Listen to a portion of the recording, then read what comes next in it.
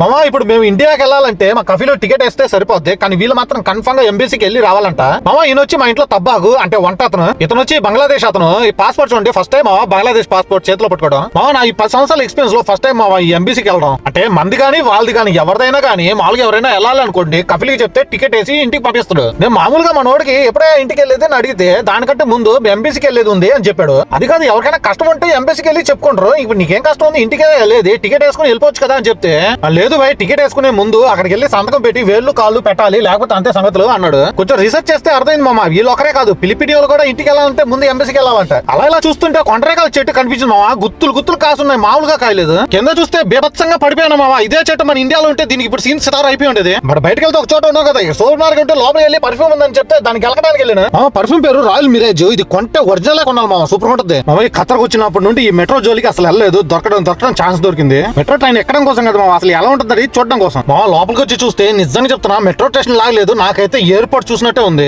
ఇక లోపలికి వచ్చిన తర్వాత వాచ్మెన్ వీళ్ళు ఉంటారు కదా, వాళ్ళకి అడిగాను మెట్రో ట్రైన్ ఎక్కాలంటే ఏం చేయాలని, టికెట్ తీసుకోవాలని చెప్పాడు. అంటే ఇక్కడ డబ్బులు 20 రియాలు మనం ఇచ్చామంటే ఒక కార్డు ఇస్తారు. ఇక తర్వాత ఆ కార్డుకి మనం రీఛార్జ్ చేయించుకుని ఇంకా మన పాస్ లాగా వాడుకోవచ్చు. ఇప్పుడు మీరు లైక్ అండ్ సబ్స్క్రైబ్ కొట్టుకోవచ్చు.